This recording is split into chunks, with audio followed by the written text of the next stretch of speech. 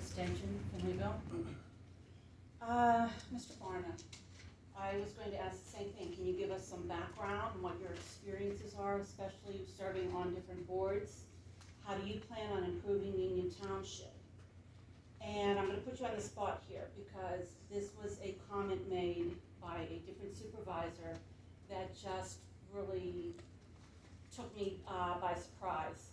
Do you plan on being prepared at the meetings by reading the agenda and all of the materials, researching information on items that you are not familiar with before you come to the meeting? Or are you going to be an Eskin and tell us that, no, you don't read anything, you just believe what the supervisors, you trust the supervisors? So I'm just going to put that out there. Ms. King, please proceed with your comment. So think about that, because we don't need supervisors that are not going to actually be working in the best interest of the township and looking at what is coming in front of you. The second piece of this is there are two outstanding lawsuits between Barna and the township. Mr. Sweat, by law, there's no problem appointing Barna as a supervisor with these two lawsuits pending. Absolutely not. Aesthetically, to the people of this township, it is. It does Okay. not look Please very proceed good. with your I'll comment. comment on Thank that you. on my report. And with Mr. Barna, you being on the board, are you planning on dropping your lawsuit against the township? And is the township planning on dropping their lawsuit against Mr. Barna? And my second piece is looking at excessive fees with the engineer.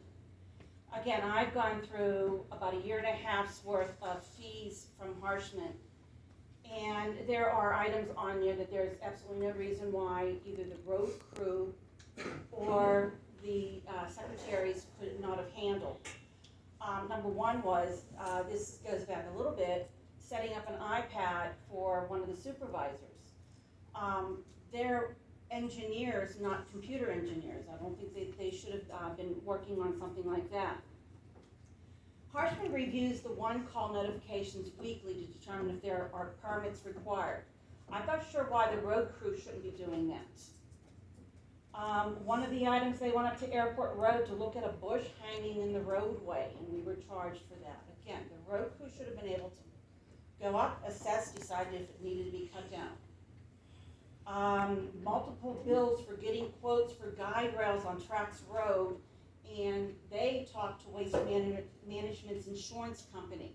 Again, that should have been taken care of through our secretary, or at least through the road crew. There are multiple items where they took things to get scanned or copied. And one is unbound the PCSA Act 537 plan and scanned it. That should be being done in-house. I'm sure the township has a scanner here.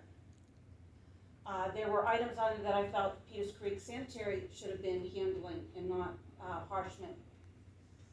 We're being charged for a Harshman engineer to review project statuses for another Harshman engineer to take over the projects. We're being billed for Harshman to put together an invoice to bill us.